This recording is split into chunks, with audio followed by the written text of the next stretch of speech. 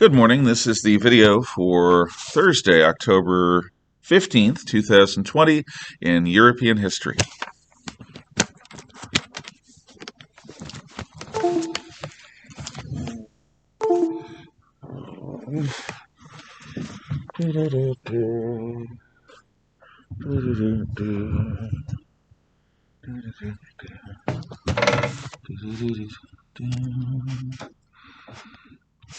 Okay.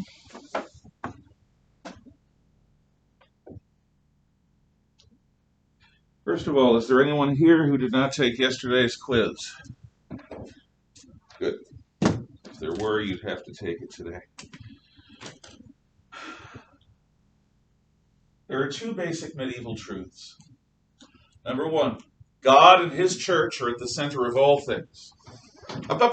Sorry, I got ahead of myself. Number one, you are what your daddy does. You are what your daddy does. You're on item 5, Reformation and Religious Warfare, in your notepad, which should be open to that page. Item 5, Reformation and Religious Warfare. You are what your daddy does. Your status in life, your possibilities, your opportunities are all determined by your patrimony, by who you inherit from, and that determines what God wants from you, what you are. Medieval life is not about social mobility, it's about living in your space as a decent, good Christian. Second, God and His church are at the center of all things. So, church affairs are really important. They matter to people. This is still the case in today's Islamic world, in most of the countries that are majority Muslim around the world today. Islam is their faith, Islam is their culture, Islam is their society, Islam is their community, Islam is their economy, Islam is their recreation. There is nothing compartmentalized away from the faith. The faith permeates absolutely everything.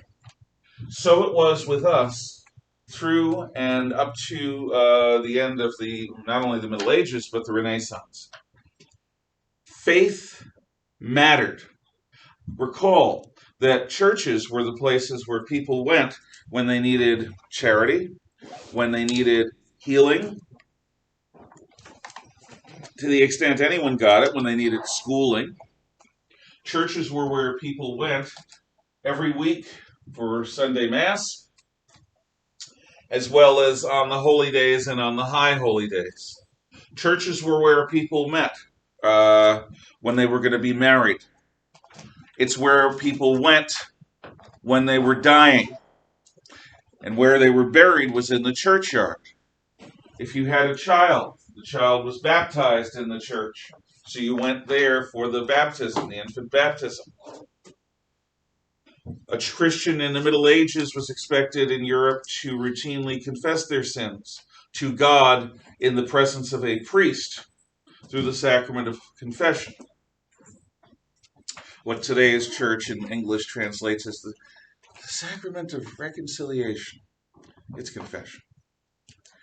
And it's where you invited God to inhabit you. After you went through the purgation of confession, you would then take part in Holy Communion, the sacrament of the Eucharist, where the literal body and blood of Christ, not symbolic, is taken into you orally in the form of bread and in some cases in the form of wine or grape juice. These things made religion so important that an independent church challenged the state authorities. The kings and emperor of Europe had to negotiate with the church and the Pope. And there were times when the kings and emperors lost, like at Canossa, and when they won, like during the Avignon period. The independence of a strong church was what Pope Julius was fighting for during those scenes that we saw from the movie The Agony and the Ecstasy, which is a whole movie I strongly recommend that you watch for its entertainment value and also for its historical value. Why would you want a church stronger than your country or as strong as your country? Because tyranny thrives when there is nothing except for the authority of the state. One of the reasons why we have three layers of government: local, state, federal. One of the reasons why the federal government has three branches, echoed, by the way, in the structures of almost every state: legislative, executive, judicial.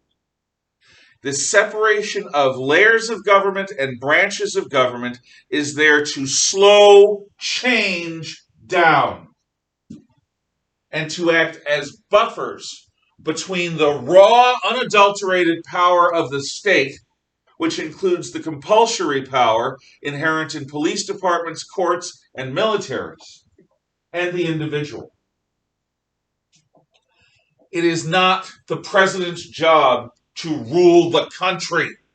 It is the president's job to fulfill his constitutional duties. It is not the Supreme Court's job to make sure that cherished policies are protected. It is the Supreme Court's job to make sure that no law is in effect that violates the Constitution.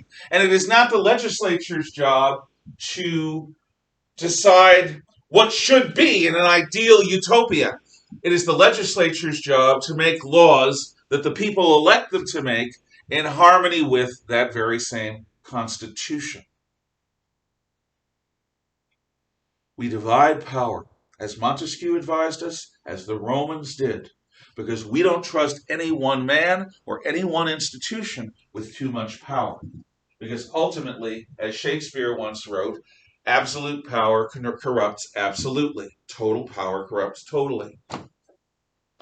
So an independent church serves as a counterbalance throughout the entire Middle Ages to the accretion of state power, protecting Europeans from the kind of imperium that existed in China and Japan and throughout the states of India and even in the Middle East, where literally nothing stood between you and the coercive power of the state. If you achieved notice, you might get stepped on. Well, that isn't the case here. The federal government has very limited roles, as described by the Constitution, in the Articles of the Constitution. The federal government is not everyone's wishing well, because of this notion that you don't want too much power in any one institution or person. And neither the popes nor the royals were able to achieve a definitive supremacy during the medieval period. But because the church is so powerful, because it's so important, because arguably it's more a part of the people's lives than any government at this point. Remember, common people's births are not calculated by or recorded by the government. They're recorded by the church. Everyday people's actions are not noted by the governments. They're noted by the church. The governments rule through a series of layers of feudal aristocracy.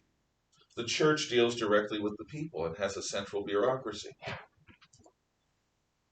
And remember that throughout much of this period, the church was the only literate organization in Europe, and the kings relied on them for bureaucrats, which are necessary for the rule of countries. So there's a lot at stake when we talk about religion. Moreover, absolutely every time that somebody proposed a radical religious reform, it turned out to become the casus belli, the pretext for war, for a peasant rebellion. The Albigensian Crusade, the Hussite Wars are just examples of this. Because religion is involved in everything, when rebellion is in the air, it takes the form of a holy war, a jihad, a crusade. The Albigensians thought they were burning their way to a new world, a better world, and the people who put them down thought that they were fighting God's war against Satan on earth. So this is what the church meant.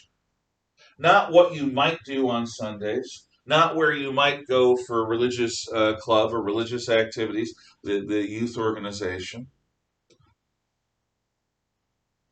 The church was at the center of life, and there was no aspect of life, not even war, that was divorced from the church, because the church had rules for Christian warfare that Christian princes, when they fought one another, had to take into account, usually. Those rules were not in effect when fighting the Muslims. So, if you wonder why so many people get so exercised by so much minutiae involving the faith, this is why. It is the fulcrum of society. Just as Christians believe that Jesus' coming was the fulcrum of history, that everything turns on the incarnation, the church was the fulcrum of everything in society. Nothing happened without it. And the church is not perfect. We've seen echoes of this with Wycliffe, with the Lollards, with the Hussites on the one hand, with the Albigensians on the other hand, the Cathari. There are problems that the church does not want to recognize, because if it begins opening the door on religious reform, where do you stop? If you have a pressure problem in a balloon and you want to let out a little air to prevent it from bursting, can you be sure that when you release a little air, it won't jet away from you and flop around the room? This fear of the loss of control is inherent in all church policy in the late Middle Ages. They grip and they grip and they grip to try to hold on to control. Because if they lose control, disaster can happen. Now, in the North, the Northern Renaissance takes the form of Christian humanism. And Christian humanism is not the same thing necessarily as Italian humanism. It is an idea of making the church and the faith and society, by extension, more humane. So, Christian humanism focuses on, among other things, a sense of religious simplicity. And this simplicity is in reaction to the ornate and elaborate church rituals that become more and more common as the church becomes more and more imperial. What would Christ have done to help people live the faith? Did Christ go to the temple and take part in the grand celebrations of the Jewish people through ritual and sacrifice? Well, he took part as a Jew going to Jerusalem in Passover season. But Christ did not engage deeply in religious ritual. But his church in the late Middle Ages does. There are rituals for everything.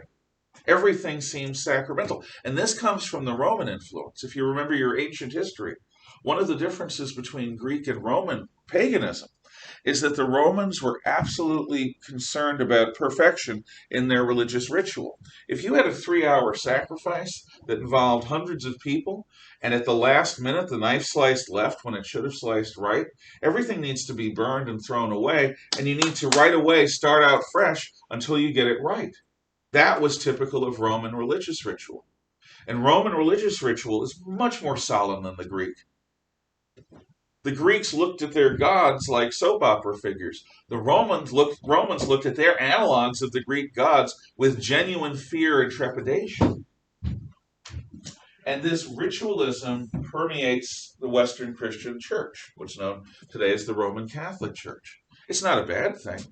In an illiterate society, religious ritual is a way for people who cannot read and write to learn and understand complex doctrine. For example, when I was a kid, growing up Catholic, one of the things that I loved every Christmas season was the Stations of the Cross. And the Stations of the Cross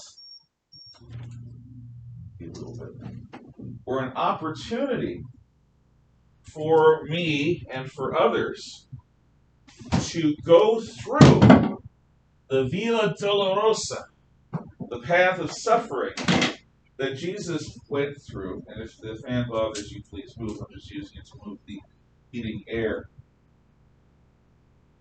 So you literally travel from the time when Jesus is sentenced to Jesus' being raised up on the cross for crucifixion. And you go through a series of stations. You go around the church, because around the outer edge of the church are icons or religious images of these various moments along the Via Dolorosa, the path of suffering that Jesus went through, when he stumbles and falls, when somebody is drafted from the crowd to help him carry the cross, when he sees various people on the way. All of that. And I loved it because it was deeply meaningful. Because my imagination was sparked. Because I was doing exactly what the Bible said Jesus had been doing. That's the power of ritual. It's not a bad thing at all. And it's what the church adapted when the Roman Empire fell and when society became much more primitive. It became much more ritualistic. But Christian humanism says, why don't we just focus on simple things? Instead of having a vast Romanesque type ritual, let's make confession just about you talking to God with the help of the priest about what you've done wrong. Let's make communion. Yes, inviting the body and blood of Christ into you, inviting God to inhabit you, inviting God in to make you more godly. Yes, that's good. That's true. But do you need burning incense in order to make that happen? You need bells and chants to make that happen. So, there are calls for religious reform. There are calls to change church ritual, to make it less Roman and more Christian, to make it less ornate and more straightforward. And there are also calls to increase the literacy of the laity and of the priesthood. Because remember, at this time, many priests were themselves illiterate peasants who simply had a spiritual side and were therefore picked as spiritual leaders for people that nobody cared about anyway, as long as they grew the food. So let's educate the clergy. Let's teach them to read. And this is not something that Catholics were inherently hostile to. Remember, St. Dominic's whole idea is that these disruptions happen because of poor religious education on the part of priests and monks and nuns. So, the prince of Renaissance or Northern Humanism is Desiderius Erasmus. And in an almost mystical way, Erasmus talks about a focus upon inner piety. Now, if you remember your Latin, pietas is one of the four Roman virtues: auctoritas, pietas, gravitas, and dignitas. And these are virtues that all Romans were expected to adhere to, men and women, in their own separate ways. Pietas, do any of you remember what it is? P-I-E-T-A-S. From it the word pious or the name pious comes. You're making Mrs. Stembridge and Mr. Williams unhappy spiritually. Pietas, piety. You speak English, you have good vocabularies. What does piety mean? Like general holiness? You're on the way, and I appreciate the effort. I really do. Thank you for stepping up. Yes, sir. Is it like respect for the church, sort of? It is respect for something, and the church takes the role of that something. So you're closer, and again, I appreciate the effort. Yeah. No, respect of the sacrament. Close. Pietas deals with your patriarch, the pater familias. Pietas is loyalty to your fathers. Loyalty to your fathers. And the church is father and the church is mother. Actually, the way Catholics describe it, Christ is father and there is Holy Mother Church that joins with Christ to help the faithful. So pietas, or piety, is a sense of individual, intimate loyalty to the father figure. In this case, to God, and as a side effect, to the church. So to Erasmus, in his book Praise of Folly, he talks about these fools that go around prattling with rituals here and public demonstrations of religious virtue there, sort of like virtue signalers today, talking about how wonderful they are. Oh, I'm so good. I don't take a car. I bike to work. What Erasmus says is that that's nonsense. Each person, each Christian believer, should develop in themselves, inside, not public, not ritual, not outward church expression, but an inner sense of piety to God, a personal sense of loyalty to the Godhead. Okay, here I am living my life, and how can I be better? Okay, I've got a sarcastic sense of humor. And if I leave that unchecked, I'm gonna just scorch people as I go through the day with my sarcastic witticisms. And while that may be fun, and while that may look good on a TV comedy show, the fact remains it's a nasty way of being. People talk to you innocently and you zap them with sarcasm. I gotta change that in myself. I've got to become less indulgent of that inner Bugs Bunny that makes me want to mess with people all the time. There's an example of inner piety. Or I have a temper, and if I don't learn to control that temper, I'm going to continue to punish everyone in my life with it. It's not that I'm blowing up because blowing up is the best way to deal with problems. I'm blowing up because I feel like blowing up and I don't control it. How do I change that? How do I control that? How do I make that better in me and in my life? That's an expression of inner piety. A willingness to, in the service of God, in one's own life, prune away the weeds and encourage the growth of healthy things. It doesn't have anything to do with incense, or bells, or canting, or money, or power. It is what a Christian believer, Erasmus says, should do just every day as a part of their life. And Erasmus's ideas deeply influence what will become the Protestant Reformation and the Reformed Christian churches that come out of the Protestant Reformation, because it doesn't go far enough, they believe. But Erasmus himself never leaves the church. Erasmus does not join with the rebels. Erasmus believes that the church is basically a good and useful thing that needs reform, not rebellion, that needs to be healed, not sundered.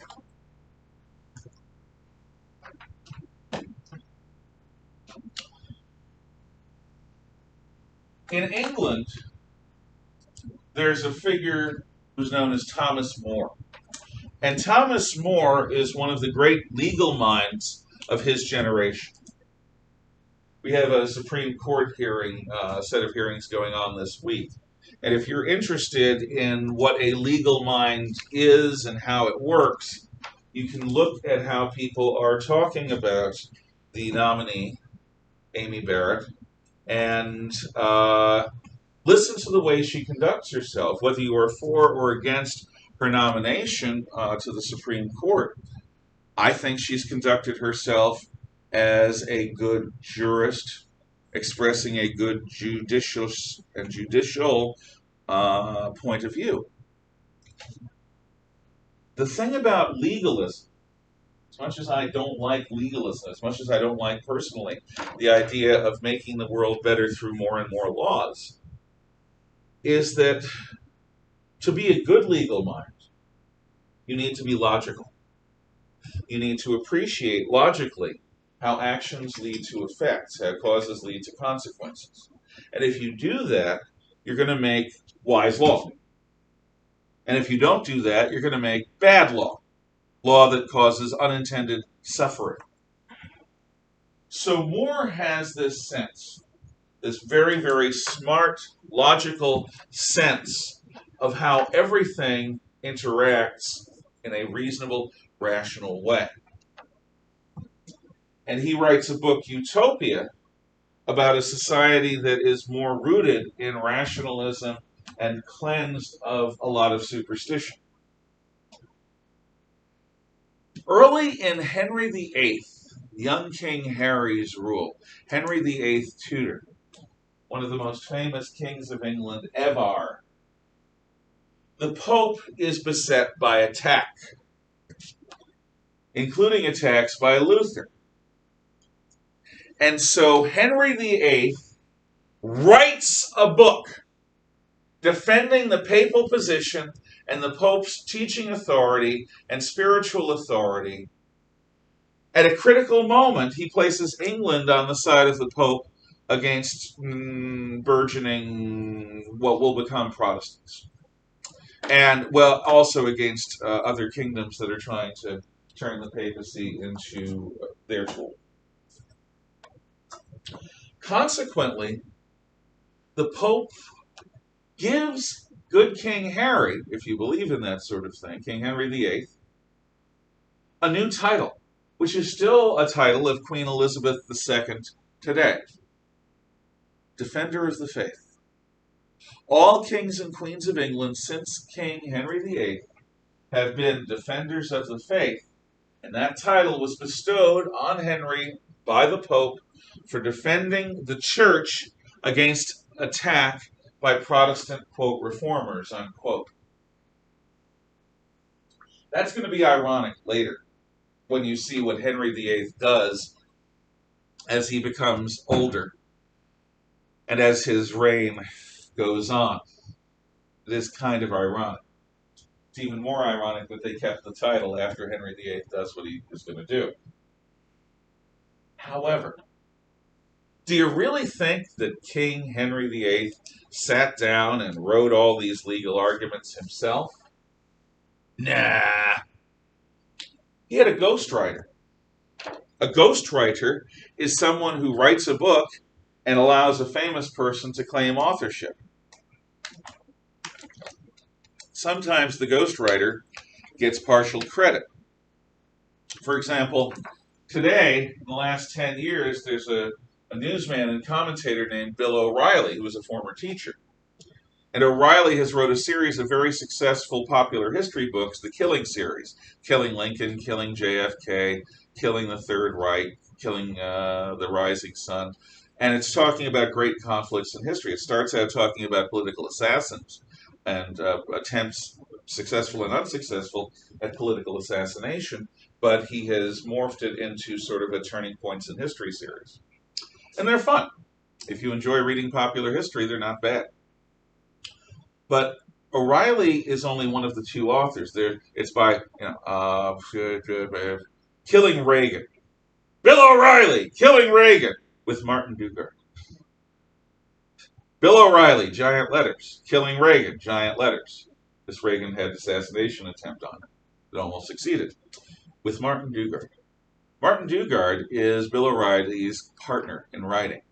And he is the one that does a lot of the researching, and he does a lot of the writing, and O'Reilly then writes things in his own style, and together they produce these works that have sold a lot of copies, taught a lot of history, and made a lot of money. Henry VIII's ghostwriter in his Defense of the Pope book was Thomas More. So Thomas More is Henry VIII's great wise man. Now we come to a problem.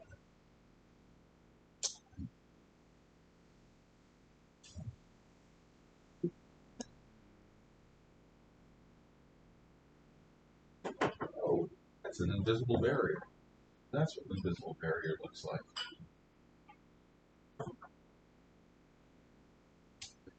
Okay. Here is a coffee mug. And on that coffee mug, you will see a picture of King Harry, Henry VIII. And you'll see that picture at all times. This was given to me as a graduation gift by students a few years ago. But on the mug, you will notice that there are several other faces. I think I may have shown this to you before. Who are these other faces? Just say it. His wives. Now, is Henry VIII some Islamic potentate that has wives, a harem? Is Henry VIII a Chinese upper-class man who has a first wife and a second wife and a third wife and so on? No, absolutely not. So why and how is it that this Christian king can have wives, plural? He killed them all. Well, in effect, here's what he divorced them all, or they died. Oops. Henry VIII's initial wife was a really good match, Catherine of Aragon. Aragon, you remember, what is now the eastern region of Spain. Catherine of Aragon is related to Ferdinand and Isabella, and has some connection to the Habsburgs because the Habsburgs end up taking over Spain as well as the Holy Roman Empire. So Henry VIII, through a marriage alliance, is connected to Charles V, Holy Roman Emperor, who's the most powerful ruler in Christian Europe. It's a good thing. But Henry and Catherine, sometimes marriages don't work out. And besides that, she's not giving him boys. She's not giving it. That damn woman. What's wrong with her? Give him boys. He wants boys. Why? Because he's a king in a monarchy where the king rules. And the most important thing that a queen must do is give her husband boys. Because they're going to be future kings. You need at least an heir and a spare. Having as many boys as possible is fine. Having girls is okay. You can marry them off. And in England, since there's no Salic law, which is a law that prevents females from inheriting, you can actually have ruling queens, which England has many. So girls would do, but boys are better for a bunch of reasons at that time, was thought. And Catherine just won't give him boys. Besides, Catherine's away. Henry encounters this really hot, beautiful woman, and he wants to marry her because she says she'll give him boys. Yes.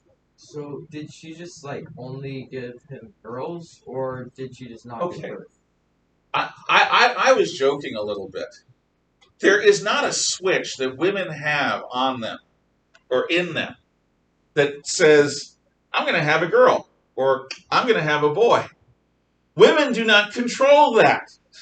Nobody does except God or the random factors of sperms and eggs. In any event, no one makes a decision to have a child or not to have a child on any given moment of coitus.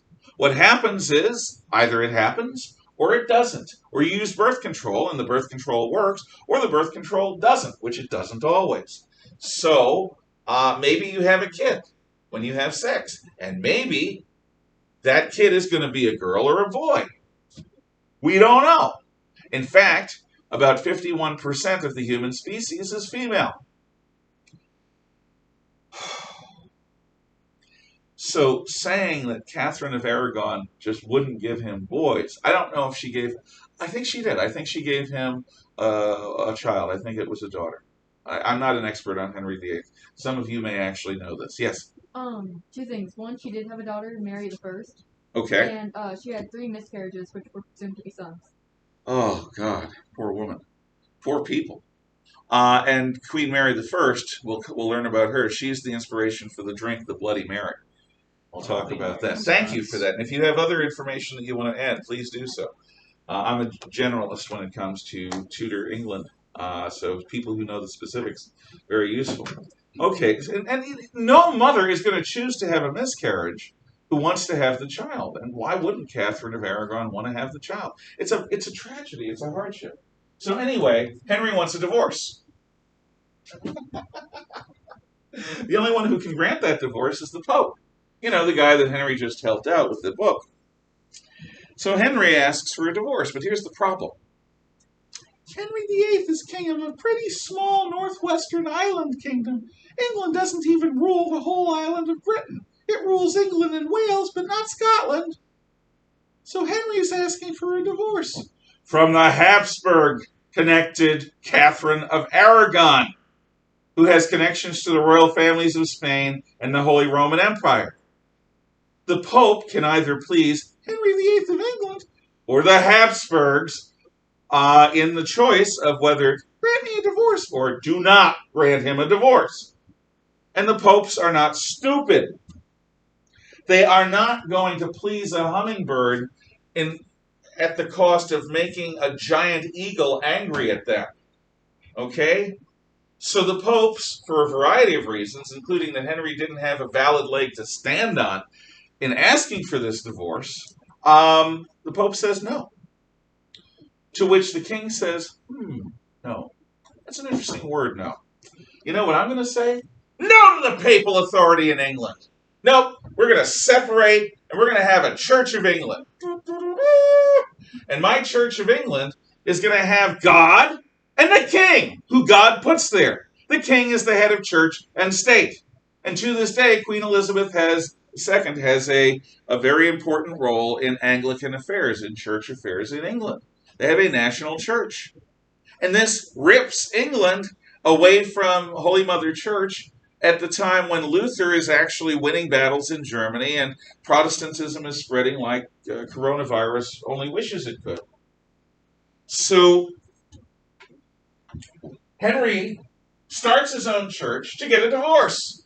And today, the Church of England, otherwise known as the Anglican Church, in the United States known as the Episcopalian Church, the Episcopal denomination, which has beautiful ritual, by the way, and I enjoyed being with an Episcopal church for a period of time, started because the king wanted a divorce. That is, to my knowledge, the only religion that ever started because the king wanted to have another wife than the one he had. Anyway, he marries, I think it's Jane Seymour? No. Anne Boleyn. Anne Boleyn. And and Anne doesn't give him a son. And then he meets Jane Seymour. I think, I knew she was in the top three. And I think Anne Boleyn gets the chop. Yes. For treason, for not having a boy. Adultery, treason. Yeah. Yeah, and basically treason is not pleasing the king and not giving him a boy. So Henry VIII goes through then a series of wives. Let me see. And the glory of this mug is, they don't have the names here, and I don't remember them. But we have, let's see, 1, 2, 3, 4, 5, 6. 6 wives of Henry VIII. 1, 2, 3. Yeah, it's 6. He was too short. What? He was too short. It was too short. From what? Oh. From matching his name. Yeah. That's true. Henry VIII, that's good. I had never thought of that. That's excellent. When you put hot water into this mug, the wives all disappear in the order that they died or were divorced. It's sort of a grisly and creepy mug. But there it is. Now, what does Thomas More do? See, there's the Act of Supremacy that Parliament passes that backs King Henry VIII. And the Act of Supremacy says that the king is now the head of the church in England, and the church in England is now the Church of England, separate from that Roman church. We're going to be Protestants now. And you have to sign an oath of loyalty in the Act of Supremacy. And Thomas More refuses. You'd think that being one of the most loquacious and prolific writers in Europe, Thomas More would have said why, but he never did. In fact, he never said anything. So he was put in prison. And he never said anything. And ultimately he was put on trial because Thomas More's refusal to talk was a silence that echoed through Europe. For Thomas More, the leading intellectual in all of England, the man who ghostwrote Henry VIII's book in support of the Pope, to say nothing and to refuse to sign, was more eloquent than most other men's treatises and speeches and books on the topic. Thomas More didn't even tell his wife why he wouldn't sign the act of supremacy. What he did is he staked his life on this premise. You cannot execute me for a refusal to act. I am not taking any treasonous act. I am refusing to sign, and I am not saying why, because anything I might say could be seen as sedition or treason. I don't say a thing. I just won't sign. Why? I don't know. I'm not going to tell you. I'm not going to say. And he believed that he was safe. But political corruption being what it is, it didn't quite work out that way. So for those of you at home, if you get a chance, go online. Maybe I'll post the links to the movie A Man for All Seasons from 1964, I think. And there's a trial scene at the end. It's usually shown in 3 successive YouTube videos. Please close the shades, turn the fan off, and turn off the lights. And I will show you the trial scene and then Moore's speech afterwards about this very topic. Thank you. Come again.